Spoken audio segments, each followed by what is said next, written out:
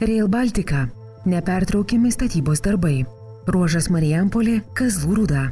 Akcinė bendrovė Panevėžio keliai – viena iš 5 generalinių rangovų, tiesiančių 120 km ilgio Rail Baltica geležinkelį nuo Lenkijos-Lietuvos sienos iki Kauno. Rail Baltica geležinkelis statomas rekonstruojant esamą vadinamąją rusiškąją geležinkelio vėžę ir greta klojant naująją europinio standarto vėžę.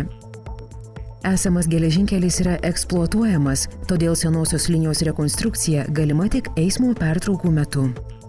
Panevėžio keliai nepertraukiamus darbus vykdė ir 2013 m. spalio 17–20 dienomis. Ties Kazlų Rūda laikinai sustabdžius traukinių eismą, demontuota senoji geležinkelio linija, demontuota susidėvėjus ir pastatyta nauja pralaida. Pagal projektą įrengta kelio sankasa, apsauginis sankasos sluoksnis, pakloti nauji pabėgiai ir bėgiai traukinių eismui praleisti. Per sutiktą 4 parų eismo pertrauką paklota 700 metrų naujo geležinkelio bėgių. Panevėžio kelių bendrovė Rail Baltica statybą vykdo 2 ruožuose.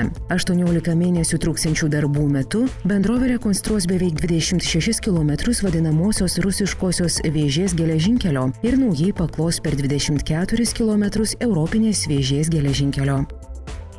Projekto vykdymo metu Panevėžio keliai rekonstruos 2 tiltus, 17 pralaidų, 9 pervažas bei 3 geležinkelio stotis – Marijampolės, Vinčų ir Kazlų Rūdos. Bendrovės Panevėžio keliai vykdomų darbų metu įrengiant sankasas bus panaudota beveik 160 000 kubinių metrų grunto. Europinės vėžės statybai bus panaudota per 100 000 tonų granito skaldos, rusiškai vėžiai 106 000 tonų granito skaldos.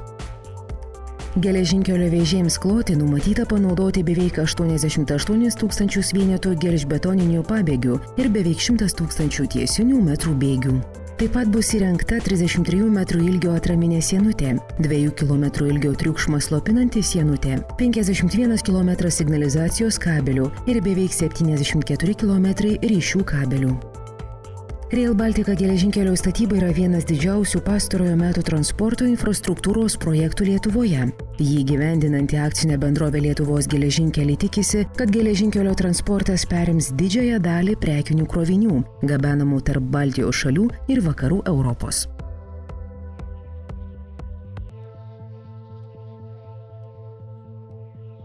Akcinė bendrovė Panevėžio keliai. Čia kelio pradžia.